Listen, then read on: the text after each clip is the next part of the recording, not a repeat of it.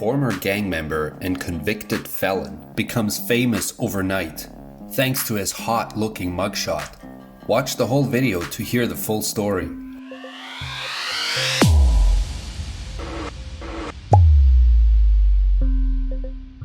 Welcome back to Redditainment, a fun way to explore Reddit. Today we are exploring the subreddit Today I Learned. You learn something new every day, but if that hasn't been the case for you today, I'm sure it will change after you're done with this video. Let's jump right into it.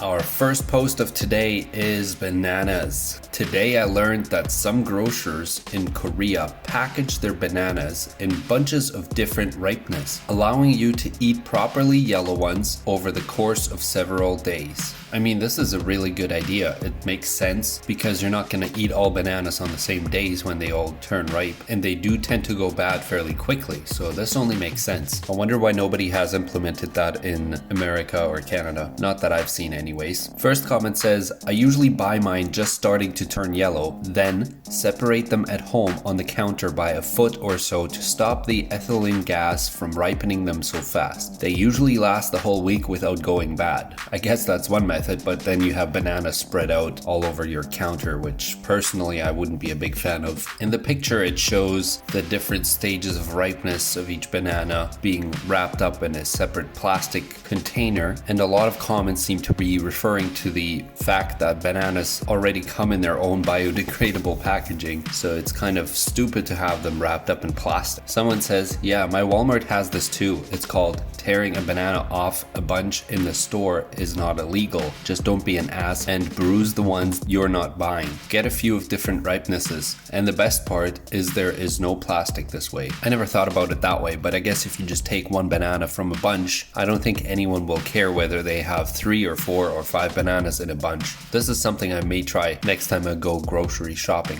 Next post of today. Today I learned of Andreas Mahavich, who holds the Guinness World Record for surviving the longest without any food or liquids after being mistakenly brought into custody and forgotten about in his holding cell. Talk about an unintentional win in the Guinness World Records. I'm curious what the reward is for something like that. Because sure, you won the reward, but it's not like you were competing for it.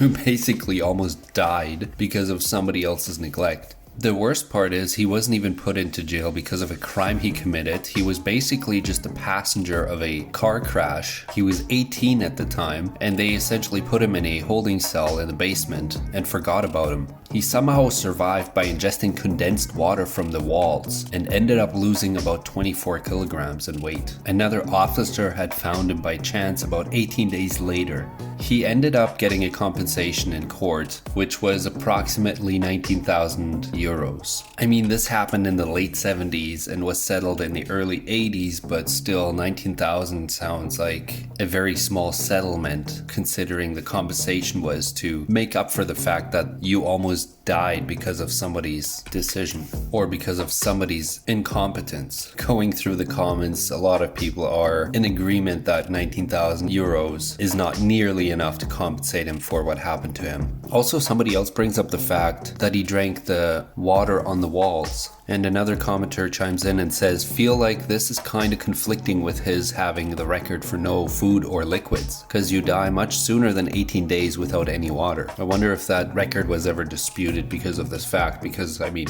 technically, he did have water, whether it's condensed water from the walls or water out of a bottle, it's water nonetheless.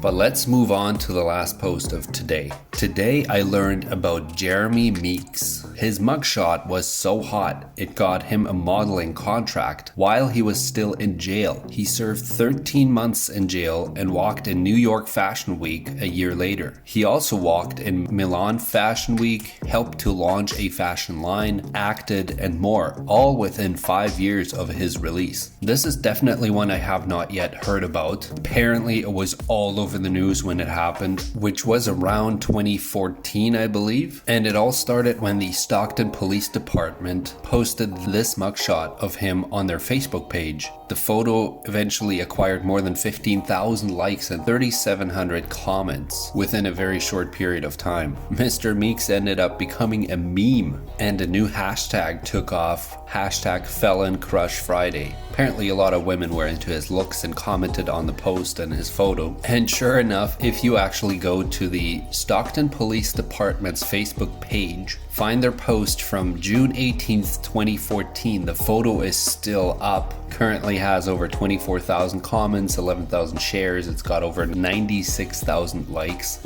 But hey, let me know in the comments down below. Do you agree with the general consensus that he is just ridiculously good looking? And another question, how do you feel about him getting famous based off his looks alone? I mean, he was a convicted felon.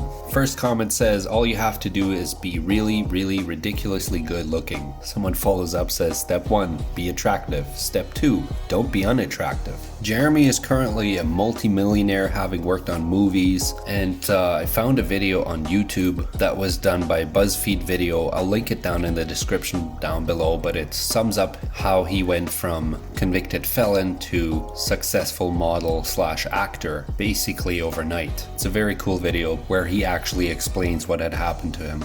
Someone says, I'm a prison model and my girlfriend has a rich daddy. Our budget is $15 million. If I'm correct, this is referring to all these house flipper shows where the couple comes in and one is an artist and one is a painter or something, and their budget is in the millions. Reading through some of the comments, apparently his girlfriend's dad is filthy rich. According to some other comments, it also sounds like he left his wife after he got famous and started dating this super rich guy's daughter. Sounds like a bit of a dick move to me. But as always, if you'd like to check out this story more or even read through some of the comments on this post, I will leave links in the description down below. I hope we achieved the goal of learning something today. If you are subscribed to this channel and leave a comment down below for me to read, I will try to respond as much as I can. Thanks for watching, and we'll see you in the next video.